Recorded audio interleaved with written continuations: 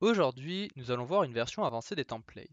Pour commencer, voyons les fonctions utilisant un template. Contrairement au template de classe où une classe va être créée à chaque nouveau type qui remplacera le placeholder, vous pouvez aussi avoir des fonctions avec template qui vont uniquement créer une nouvelle version de votre fonction au lieu d'une nouvelle classe, mais cela fonctionne de la même manière. Maintenant, si nous créons une fonction statique avec template, il s'agit du même cas que précédemment, sauf que vous ne pouvez pas utiliser le même template que sur votre classe, car votre classe a besoin d'être instanciée pour définir le type, là une fonction statique n'en a pas besoin. Ce qui fait que si vous créez une fonction statique avec template dans une classe avec template, votre fonction ne sera pas recréée avec le type de votre classe. Ce qui peut parfois être gênant car oblige soit à créer nous-mêmes les fonctions statiques pour chaque classe dérivée, soit à utiliser différentes techniques pour avoir le résultat voulu. Retenez que le principe de programmation statique n'est pas très bien associé à la programmation orientée objet, et c'est pour cette raison que cela ne fonctionne pas tout à fait comme espéré. Sur le même principe, une fonction statique de base sur une classe avec template s'appliquera sur la classe avec template et non pas sur la classe créée avec le type voulu.